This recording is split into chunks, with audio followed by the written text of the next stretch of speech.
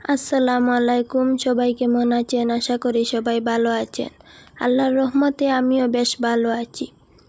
আমার ঘরে ছিল ভাজা করে রাখা মাছ। এই মাছগুলো আমি রান্না করব। মাছের ঝোল করে আমি ইফতার করব।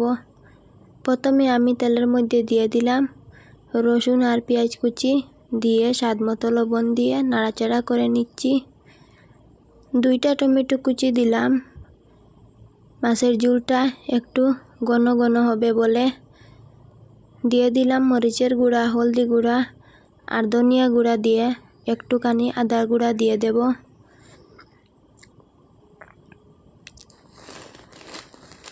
দিয়ে মশলাটা কষিয়ে নেব।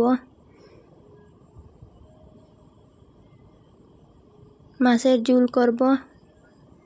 পুরা ভিডিওটা দেখে যাবেন আপনারা।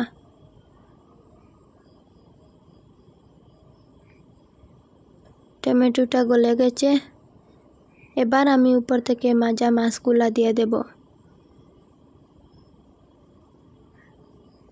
সবগুলা মাছ দিয়ে দিলাম। কিছুক্ষণ জাল করে নিলে আমার রান্নাটা কমপ্লিট হয়ে যাবে। মাছের ঝোল রেডি হয়ে যাবে।